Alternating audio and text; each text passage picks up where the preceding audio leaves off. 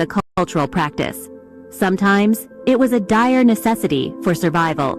The Donner Party, a group of American pioneers, resorted to cannibalism in the harsh winter of 1846 when they were trapped in the Sierra Nevada mountains.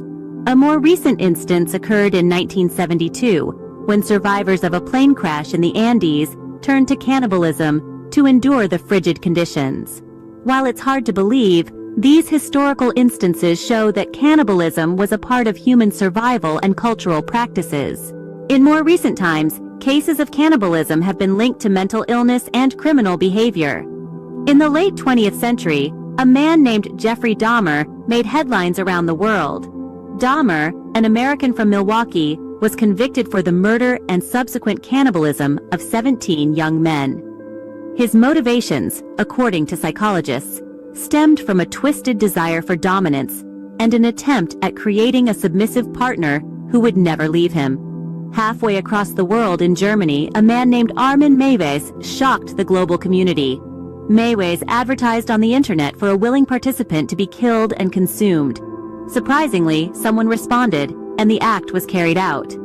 This case highlighted a dark and deeply disturbing corner of the internet, where individuals with these extreme inclinations could find each other. The psychology behind these acts is complex. Some experts suggest it's about dominance and power, while others argue it's a misguided form of intimacy. Whatever the case, these individuals represent a tiny fraction of the population. The majority of us find cannibalism abhorrent, a taboo that triggers our deepest revulsions. Yet it's essential to remember that these individuals are outliers, not the norm. Their disturbing actions don't define humanity, but rather highlight the extremes of human behavior.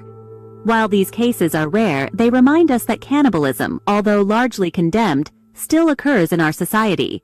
Now, let's delve into the darker side. How is human meat actually consumed? Without descending into the grisly details, it's important to understand that the process of consuming human meat is often similar to that of other meats.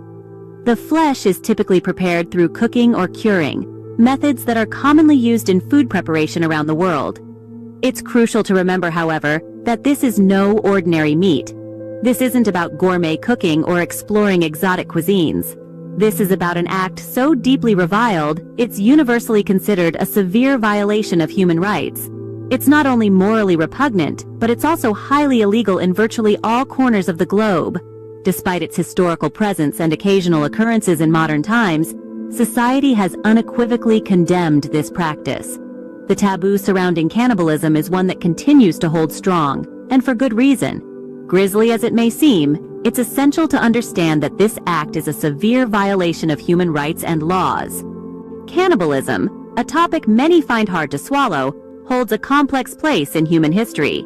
From its historical context, seen in various cultures for reasons spanning from ritual to survival, to its chilling presence in modern times, the practice of consuming human flesh is not as far removed from society as we might like to think.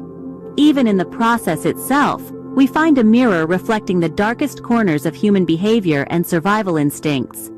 While it's a dark part of our history and present, understanding these practices can shed light on the depths of human behavior and survival instincts.